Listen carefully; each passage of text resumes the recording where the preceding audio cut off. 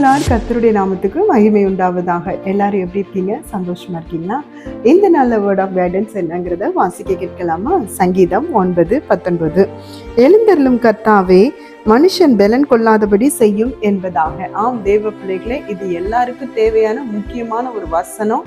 இந்த வசனத்தை வைத்து நம்ம ஜெபிக்கிறது நமக்கு ரொம்ப முக்கியமானதுங்க. ஏன்னு சொன்னீங்கன்னா, வசனத்துல பாருங்க, தாவீதுக்கு எப்பவுமே வருத்தம் தரக்கூடிய, துன்பத்தை தரக்கூடிய, இடுக்கண்களுக்குள்ள கொண்டு போகக்கூடிய மக்கள் சுத்தில இருந்தாங்க. அதனாலதான் அவர் சங்கீதத்துல எப்பவுமே பாருங்க, இப்படிப்பட்ட ஜனங்கள் மத்தியில இருக்கிறாங்க, ஆகவே அந்த ஜனங்கள் பலன் கொள்ளக்கூடாது, எழுந்தருளும் கர்த்தாவே என்று சொல்லி ஜெபிக்கிறத நம்ம பார்க்க முடியுது.